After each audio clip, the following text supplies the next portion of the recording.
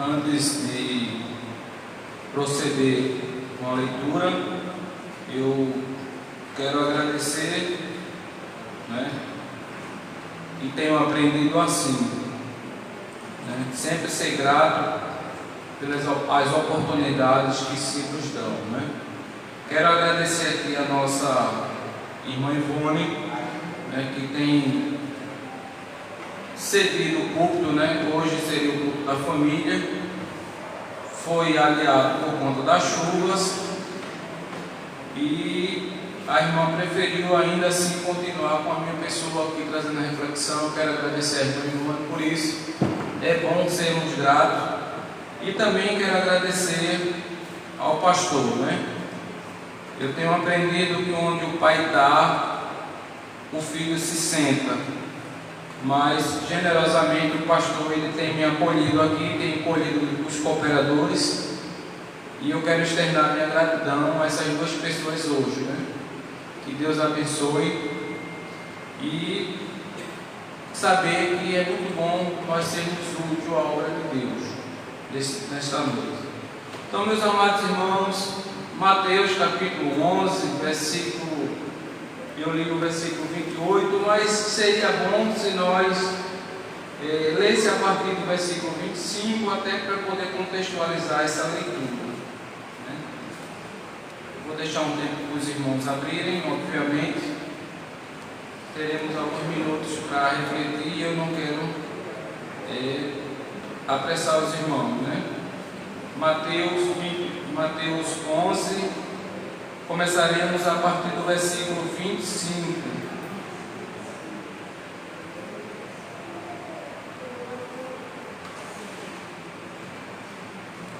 Diz assim: naquele tempo, respondendo Jesus, disse: graças te dou, ó Pai, Senhor do céu e da terra, que ocultastes estas coisas aos sábios e instruídos e as revelastes aos pequeninos. Sim, ó Pai, porque assim te aprouve. Todas as coisas me foram entregues por meu Pai, e ninguém conhece o Filho senão o Pai, e ninguém conhece o Pai senão o Filho, e aquele a quem o Filho quiser revelar. Vinde a mim todos os que estáis cansados e oprimidos, e eu vos aliviarei. Tomai sobre vós o meu jugo e aprendei de mim, que sou manso e humilde de coração, e encontrareis descanso para a vossa alma, porque o meu jugo é suave e o meu fardo é leve. Amados irmãos, em um tempo, imaginemos, difícil de se revelar a vontade de Deus, era aquele tempo em que Jesus iniciou o seu ministério. Haja visto ter, naquele tempo, muitas escolas rabínicas, muitos centros de estudos, muitos sacerdotes, muitos mestres da lei, mas a verdade é que eles ocultavam, ou grande parte, ou a grande maioria, ocultava a vontade de Deus e o pensamento de Deus para os pequeninos, para os simples. Antes, eles arrazoavam para si honras dos homens, méritos conquistados pela inteligência, pela superioridade eclesiástica dele, e eles voltavam a palavra de Deus, eles acrescentavam tantas coisas à palavra de Deus, que os pequeninos não conheciam a vontade de Deus, ou se conhecia rateada, porque o foco deles era o legalismo, o foco deles era eles se manterem em destaque, apacentavam-se a si mesmos e as ovelhas de Deus, ou os pequeninos, ou os pobres, eram desprezados. E na sociedade em que Jesus trouxe essa mensagem, podemos dizer que os publicanos, eles não eram alvos do alcance desses líderes judaicos, da religião predominante ali em Jerusalém. Ela não acoplava todos como era a vontade de Deus, mas era seletiva, né? Então, quem não tivesse um bom emprego, quem não tivesse um bom cargo, quem não tivesse uma boa leitura, realmente era bem esquecido. Entre esses grupos estavam as meretrizes, estavam os publicanos, estavam os aleijados, os cegos, estavam pessoas oprimidas pelo diabo. Enfim, o peso da religião nesse tempo aqui era grande e ao mesmo tempo opressora para as pessoas que eram tidas como delinquentes. Mas Jesus, ele diz nesse versículo aqui, a partir do versículo 25 que lemos, que ele ora a Deus, que ele responde, não é, em grande voz àquela multidão que o cercava, e em seu agradecimento ao Pai, ele começa a dizer que Deus, ele teve o prazer de revelar a si mesmo, aos pobres, aos caídos, às pessoas sem valor, às pessoas desprezíveis. E a Bíblia agora, Jesus começa a agradecer: graças te dou, ó Pai, Senhor do céu e da terra, que ocultaste essas coisas aos sábios e as revelastes aos pequeninos. Diz o versículo 25: sim, ó Pai, porque te aprouve, todas as coisas me foram entregues por meu Pai. E ninguém conhece o Filho senão o Pai, ninguém conhece o Pai senão o Filho, e aquele a quem o Filho quiser revelar. Então, em resposta a esses líderes, Jesus começa a dizer: agora eu vou pegar essas multidões e vou ensinar o que o Pai quer que eles ouçam, quer que eles aprendam. E Jesus agradece porque esse amor de Deus, essa particularidade, esse carinho de Deus, as pessoas que estavam em alto nível não entenderam. Filósofos não entenderam esse grande amor de Deus, porque achavam que o Criador ele era muito alto para ele lidar com as criaturas imperfeitas. E Jesus começa a dizer: agora eu vou mostrar o que o meu Pai sempre quis.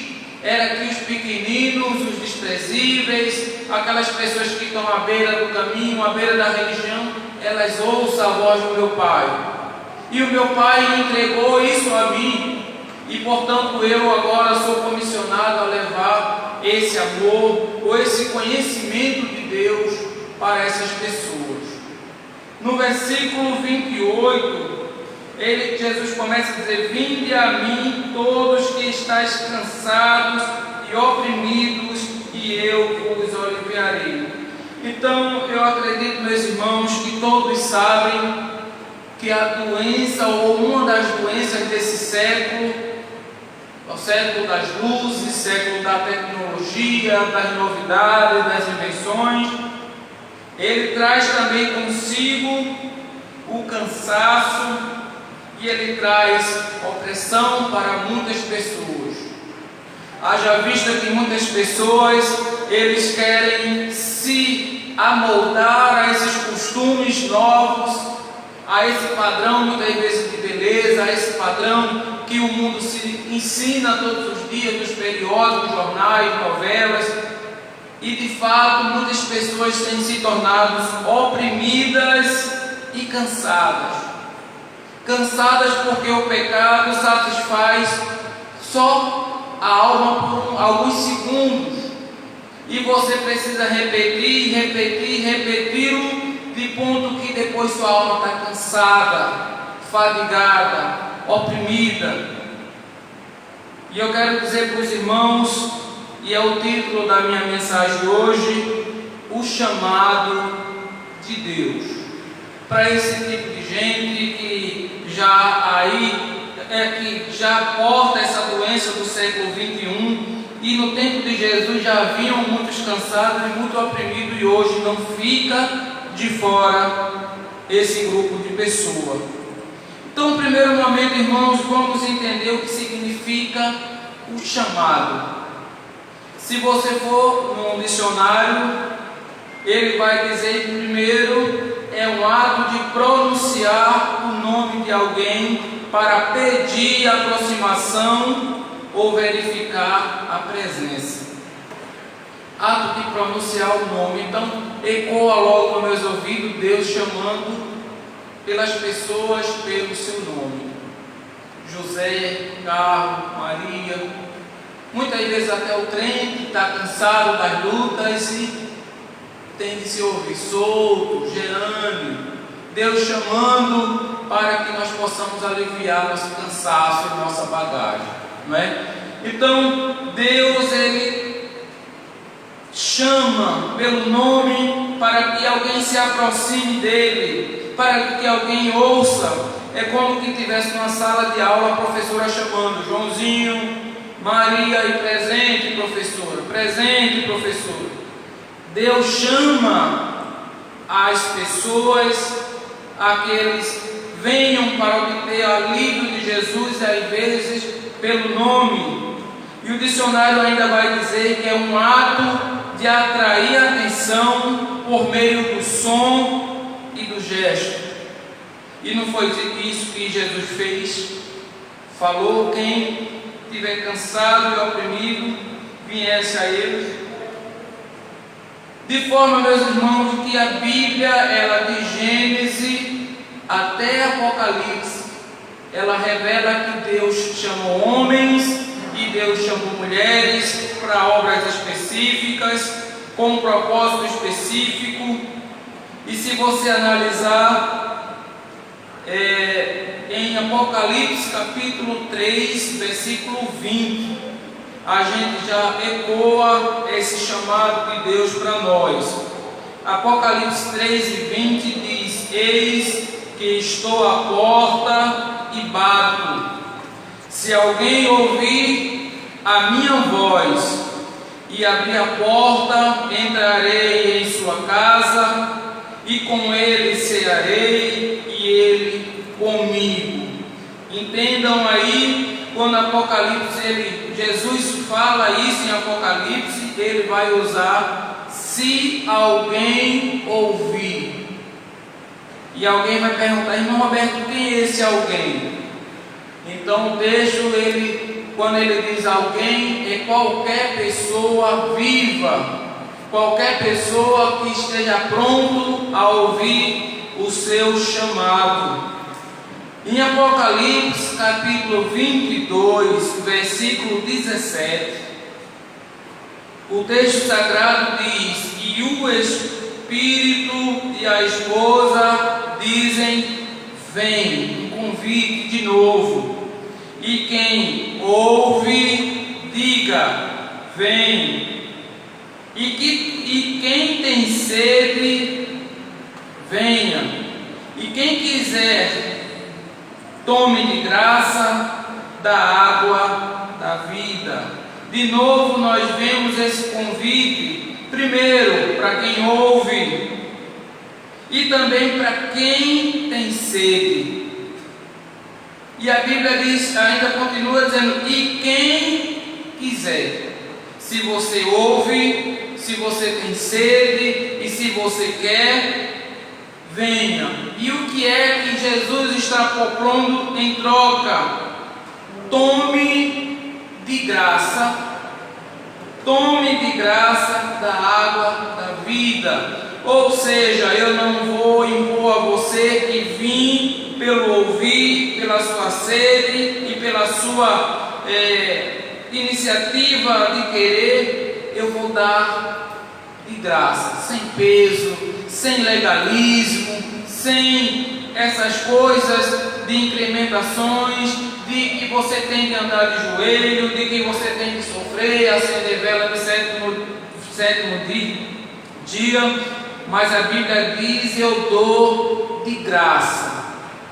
O fato é que os homens não estão condicionados a receber o convite de graça. Sempre nós queremos pagar. Os homens não querem nunca vir se o convite for de graça.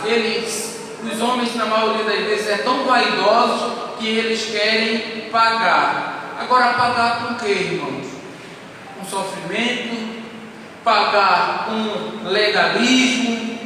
Achando que a salvação pode ser de alguma maneira um mérito em particular dele, porque ele ora muito, porque ele se esforça muito, porque ele conhece muito. E a Bíblia diz que de graça. Deus dá de graça. A Bíblia já diz que a salvação não vem das obras para que ninguém se glorie. É um dom de Deus, é um presente que Deus dá. E a quem se dirige o chamado de Deus? Como nós lemos aqui em Mateus, essa palavra se dirige a todos os que estão cansados, pois ela é o chamado de Deus a todos que estão cansados e oprimidos. E não precisa pegar ficha, não precisa vir de madrugada para pegar ficha, para se expor, não. Aqui é dado hoje e agora. Todos, não exclui ninguém. Todos, ele retifica todas as pessoas. Então aqui não diz 100 pessoas, 200, 500, ele diz todos. O milagre de Deus é para todos que quiserem vir ouvir Jesus. Em Mateus 11, 28, onde lemos, ele mostra os destinatários a qual esse convite foi feito. E podemos pensar também, meus irmãos, que esse convite de vir a Jesus para tirar o cansaço e a opressão, eles também foi direcionado para as pessoas religiosas.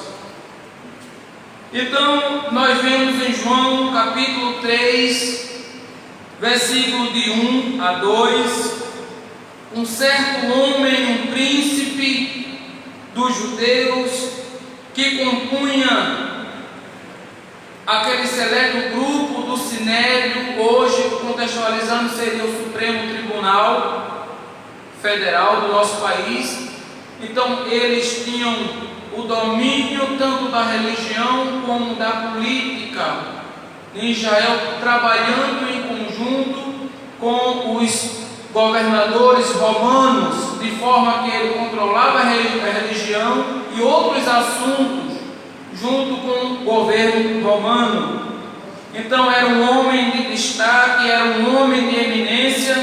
E João 3, de 1 a 2 diz que havia entre os fariseus um homem chamado Nicodemos, príncipe dos judeus. Este foi ter de noite com Jesus e disse-lhes: Rabi, bem sabemos que és mestre vindo de Deus, porque ninguém pode fazer esses sinais que tu fazes se Deus não for com ele. Agora você nota que para esse homem de destaque, para esse homem religioso, para esse homem conhecedor da palavra, para esse homem de eminência, Jesus foi curto e grosso e direto ao assunto. Nós podemos ver aqui no livro de João ainda 3, versículo 3 a 5, o que Jesus respondeu a esse homem. E Jesus respondeu e disse-lhe: na verdade te digo, que aquele que não nascer de novo não pode ver o reino de Deus. Disse-lhe Nicodemos: como pode um homem nascer sendo velho? Pode porventura tornar no ventre da sua mãe e nascer? Jesus diz o seguinte: Jesus respondeu: na verdade, te digo que aquele que não nascer da água e do Espírito não pode entrar no reino de Deus. Ora, meus amados irmãos, olhando as credenciais de um líder tão eminente, ficou claro uma coisa: ele conhecia todas as Escrituras, mas ele não experimentou o segredo da Escritura, que é o novo nascimento. Haja vista Nicodemos, ele conhecer estar dentro da religião judaica, não fazia dele um pertencente ao reino de Deus, porque ele não havia experimentado o novo nascimento. E ele ficou maravilhado quando Jesus disse: necessário é que você nasça de novo. Então Nicodemos, ele achou uma revelação superior a todo o seu ensino, a tudo que ele conhecia na teologia daqueles dias, que era o nascimento do alto, a purificação pela palavra de Deus e o nascimento no mundo espiritual. Então, nos tempos de hoje, muitos Nicodemos ainda ensinam, muitos Nicodemos ainda está pelas igrejas, pelos púlpitos, mas não experimentaram de fato o novo nascimento.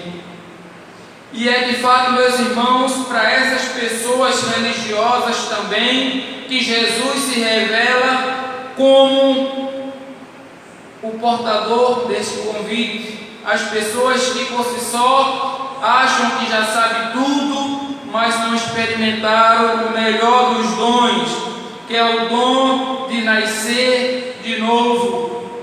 E Jesus estende a esse convite para aquelas pessoas que estão dentro das igrejas, mas que não experimentaram ainda o novo nascimento.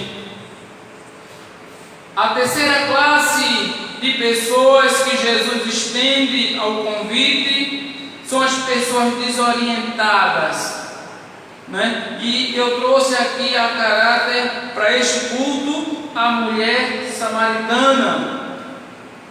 Irmão Roberto, por que ela era desorientada? Porque ela estava inserida num povo que também conhecia a palavra, também fazia parte, né, de um povo que era originado dos judeus, mas tinham se misturado com os outros povos, e ela sabia que vinha o Messias. Então era uma mulher que conhecia a Torá, ainda que não o bastante, por causa da religião, por causa da separação do legalismo, por causa da ruptura das pessoas que diziam conhecer a lei, mas não amavam o próximo. E essa mulher estava desorientada pela religião e pela discriminação. Então, em João capítulo 4, versículo 7, a Bíblia vai dizer o seguinte: veio uma mulher de Samaria tirar água, e disse-lhe Jesus: dá-me de beber. No versículo 10, Jesus respondeu e disse-lhes: se tu conheceras o dom de Deus, e quem é que te diz, dá-me de beber, tu pedirias e ele te daria água viva. Então mostra, irmãos, logo uma coisa: a mulher não conhecia o dom de Deus. Ela conhecia as letras, ela conhecia o ensinamento, mas não o dom de Deus, não é? No versículo 10, Jesus respondeu e disse-lhe: qualquer que beber desta água tornará a ter sede, mas aquele que beber da água que eu lhe der, eu botei um traço aqui para a gente destacar essa palavra, nunca terá sede, porque a água que eu lhe der se fará nele uma fonte de água que salte para a eternidade.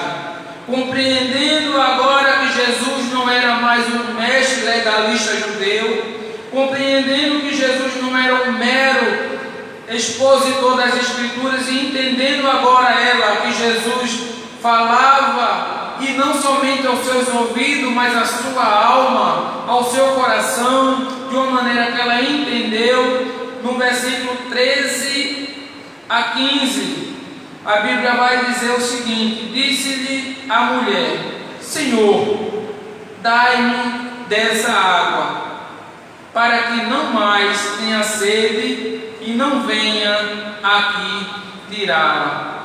Então, meus amados irmãos, a mulher ainda ela fica um pouco em dúvida sobre quem é aquele homem que fala com ela, sobre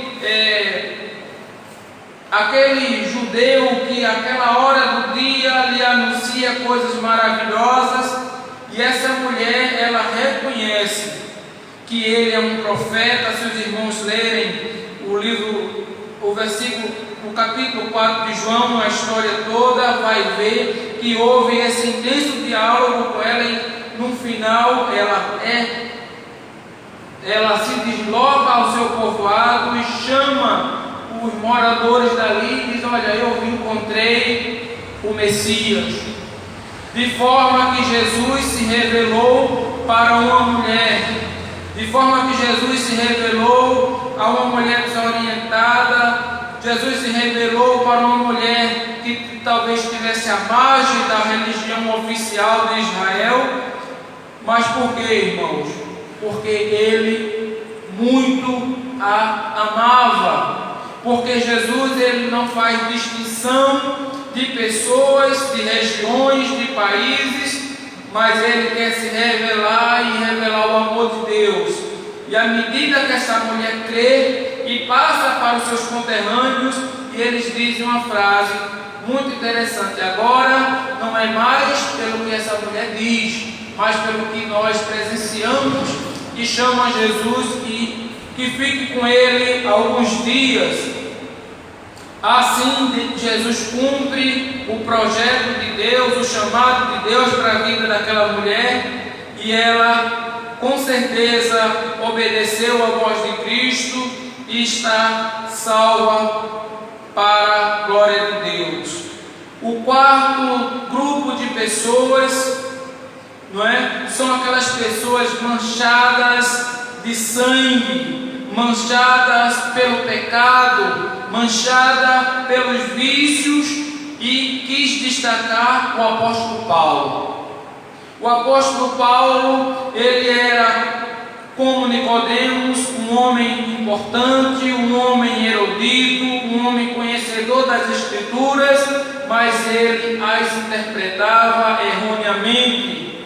Ele vivia tentando agradar a Deus pela lei e desconhecia o Evangelho, desconhecia a graça, desconhecia o amor, desconhecia a simplicidade do caminho. E a Bíblia vai dizer em Atos capítulo 9, versículo 4 a 5, o seguinte: e caindo em terra, ouviu uma voz que lhe dizia: Saulo, Saulo, por que me persegues? E ele disse: quem és, Senhor? E disse o Senhor: eu sou Jesus, a quem tu persegues. Duro é para ti recalcitrar contra os aguilhões. Então note, meus irmãos, que Cristo agora se revela para um homem religioso e um homem que estava sedento de sangue, um homem que perseguiria a igreja do Senhor e que iria levar ao extremo, porque ele achava que era zelo pela lei e ele fazia isso.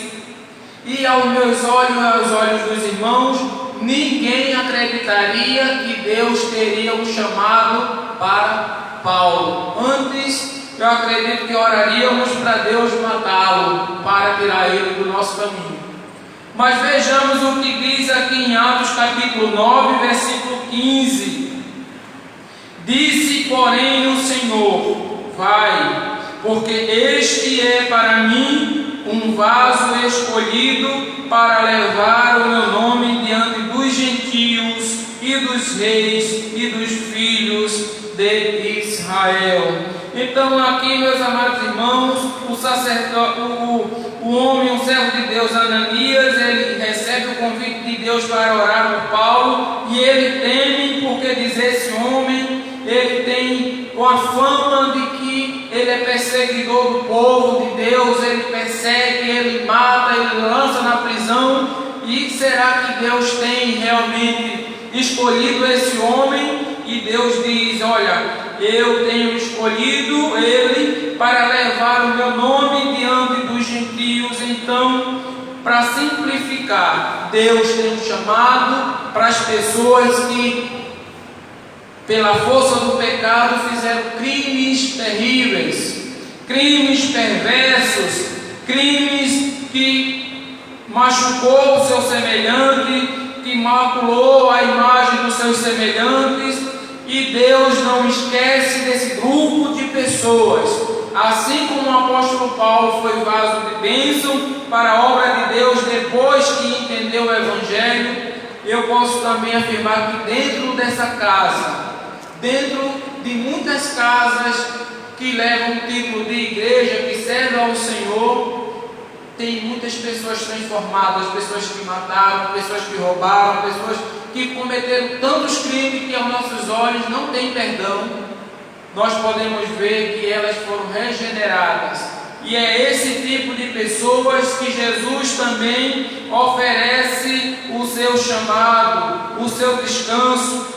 E a quinta classe de pessoas que Jesus ele oferece o seu perdão, o seu descanso, é pessoas como uma mulher pecadora, pessoas que estão em um estado evoluído de pecado, onde não consegue mais voltar, onde não consegue mais ser ouvida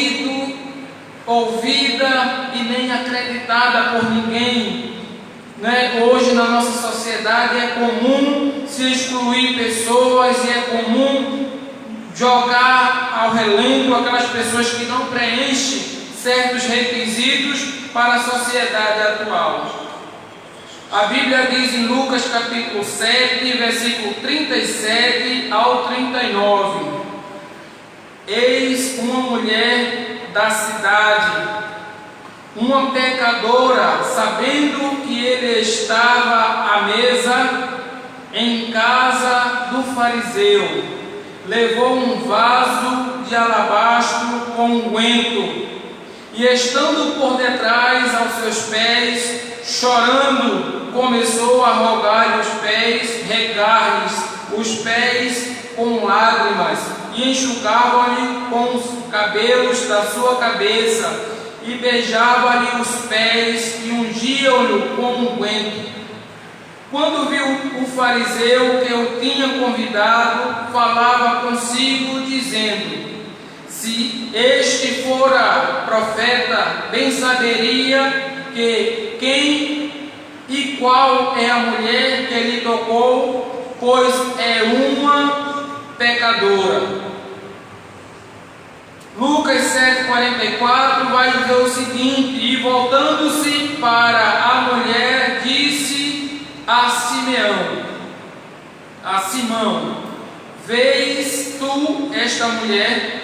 Entrei em tua casa e não me deste água para os pés, mas esta regou-me os pés com lágrimas e enxugou com os cabelos da sua cabeça. Lucas 7, 48 e 50. E disse-lhe a ela: os teus pecados te são perdoados. E os que estavam à mesa começaram a dizer entre si: quem é este que até perdoa pecado? E disse a mulher: a tua fé te salvou, vai em paz. Então notemos, meus irmãos, que essa mulher, ela não se encaixava na religião deste fariseu. Essa mulher, portanto, não merecia crédito se ela se humilhasse aos pés de qualquer daqueles homens. Ela seria desprezada, seria zombada, ela seria ridicularizada porque iam chacoalhar seu pecado. Mas Jesus, ele não estava aceitando bajulações daquele fariseu, mas queria sondar o coração daquele fariseu para ver se ele honrava como filho de Deus, para ver se ele honrava a Jesus como um homem de importância eterna. E chega aquela mulher carregada de pecado e ela por trás. Então quem vem por trás vem com vergonha, quem vem por trás vem com temor, vem com ressentimento. Se Simão, talvez Jesus esperava dele que ele beijasse a face de Jesus e ele não o beijou como era costume, mas aquela mulher se achava tão indigna que ela simplesmente veio por trás e foi beijar seus pés. E à medida que ela beijava os pés de Jesus, ela derramava a sua súplica e a vergonha que ela tinha dos seus pecados e encontrava em Jesus o bálsamo, a cura. A partir daquele momento ela sabia que seria modificada na sua mente, no seu coração, e ela não se aperreou, ela não se preocupou com as pompas. Ela não se preocupou com os apontamentos, ela só quis adorar. E ela só quis chorar. E a Bíblia diz que tudo que ela tinha, ela juntou num frasco, perfume caríssimo, perfume que se ela vendesse poderia comprar muitas coisas para si, e ela lança nos pés de Jesus, e ela beijando e passando o seu cabelo nos pés de Jesus, ela estava mostrando em suma a sua adoração, a adoração de uma mulher pecadora, a oração de uma mulher excluída, uma oração de uma mulher apedrejada, escanteada. E Jesus disse: olha, filha, a tua fé te salvou, vai, agora não vá com medo, não vá receosa, não vá pensando em coisas, mas vá em paz. Vá tranquila, porque a tua fé te tirou esses pecados, e eu perdoo os teus pecados. E isso contrariou a lógica daqueles que estavam à mesa com Jesus, a modo que ele surpreendia: quem é esse que perdoa pecado? Né? Então a Bíblia vai dizer também, vai mostrar que esse convite de Jesus ele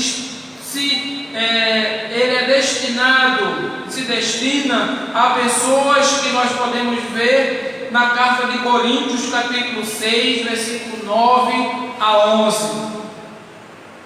Não sabeis que os injustos não hão de herdar o reino de Deus?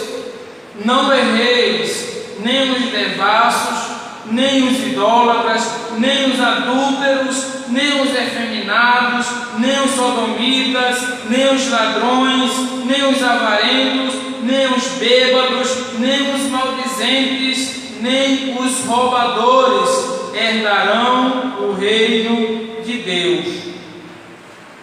E é que alguns têm sido, mas haveis sido lavados, mas haveis sido santificados, mas haveis sido justificados em o nome do Senhor pelo Espírito do nosso Deus. Então, meus amados irmãos, alguns dos nossos irmãos, eles já pertenceram a essas classes de pessoas. Muitos foram devassos, muitos foram idólatras, outros adúlteros, outros efeminados, outros sodomitas, outros ladrões, outros avarentos, outros bêbados, maldizentes, roubadores, mas quando entraram e ouviram a voz de Jesus e atenderam o seu chamado, eles foram lavados. É como que você pega um objeto sujo e bota ele em muitas águas e lava, ele sai aquela sujeira. Então ele foi, além de lavado, ele foi santificado, ou fomos santificados. E além disso, nós fomos justificados, nada nos acusa diante de Deus, porque fomos justificados.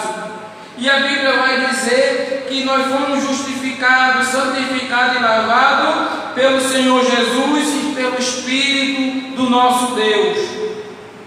Mas, irmãos, a palavra é boa, mas estamos com o horário estourado e vamos dar só mais uma ênfase para terminarmos essa mensagem. Como atender o chamado de Jesus? A Bíblia ela vai dizer que as pessoas que ouviram, as pessoas que têm sede e as pessoas que querem Jesus essa noite, elas vão atender o chamado de Deus. Em Marcos capítulo 16, verso 16, a palavra de Deus diz: quem crer e for batizado será salvo, mas quem não crer será condenado. Então, as pessoas que ouviram e querem atender têm de crer. A primeira palavra é crer. E se você crer, você será batizado e você será salvo. Mas primeiro tem de crer. E quem não crê, a Bíblia diz que ele será condenado. Então vamos ver aqui, meus irmãos, ainda tirando os para fora, vamos ver em Atos 16, 30 e 31, o que diz a palavra de Deus. Atos dos Apóstolos, capítulo 16, verso 30 e 31.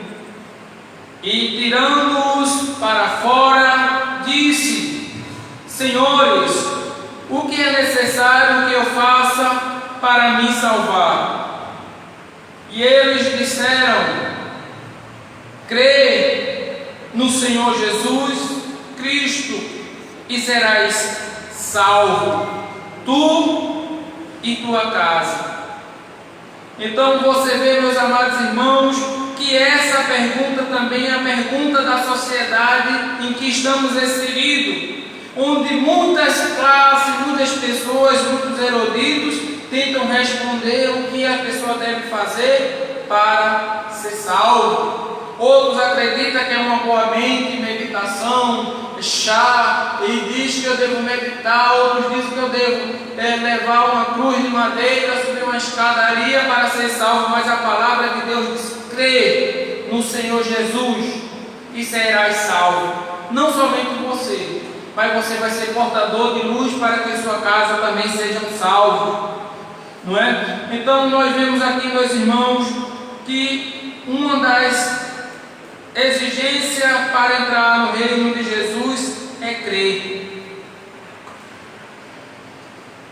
A Bíblia diz também que eu devo confessar e deixar o meu pecado. A Bíblia fala em Provérbios 28, versículo 13: o que encobre as suas transgressões nunca prosperará, mas o que confessa e deixa alcançará misericórdia. Então um homem não basta apenas ele ouvir o chamado de Jesus e vir e ficar da maneira que está.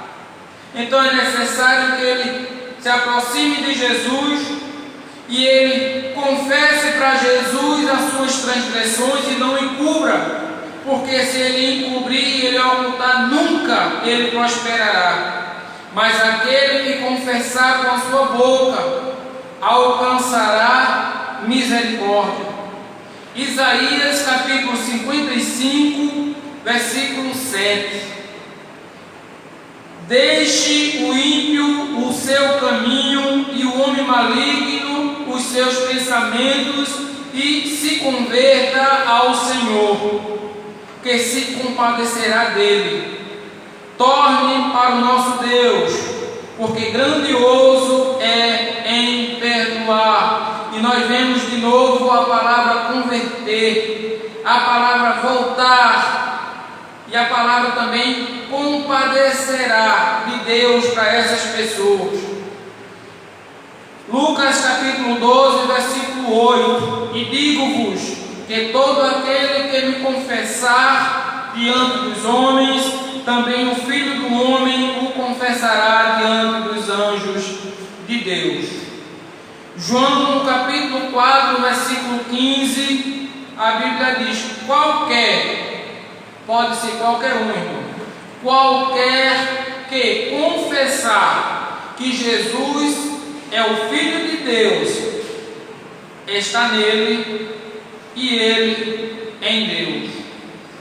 Romanos capítulo 10, versículo 9: a saber, se com tua boca confessares ao Senhor Jesus e o teu coração creres que Deus o ressuscitou dentre os mortos, serás salvo. 1 de João capítulo 1, versículo 9: se confessarmos os nossos pecados, Ele é fiel e justo para nos perdoar os pecados e nos purificar de toda a injustiça. Então, meus amados irmãos, o convite de Jesus atinge essas pessoas e tantas outras que quiserem ouvir o seu chamado. Ele está chamando pelo nome de alguém. Ele chamou a mim, ele chamou cada um dos irmãos, e quando nós ouvimos, nós fomos lavados, nós fomos purificados, nós fomos santificados e nós fomos implantados em seu reino. E esse convite de Deus é feito a qualquer um que se ache indigno, aos meretrizes, aos que estão enfermos, aos que estão desempregados, aos que estão doentes, aquelas pessoas que acham que não tem mais condições para nada, só espera a catástrofe para amanhã. Eles apontam um vizinho importante, um primo, uma família, mas eles têm nojo de si mesmo, eles não acreditam mais em si mesmo. É para essas pessoas que esse convite é feito. Baseado nisso, quero agradecer a todos os irmãos que tiveram a paciência de acompanhar essas simples reflexões, desejando a todos uma boa noite e que Deus esteja conosco ao sair deste tempo. Amém? Deus abençoe e retorna.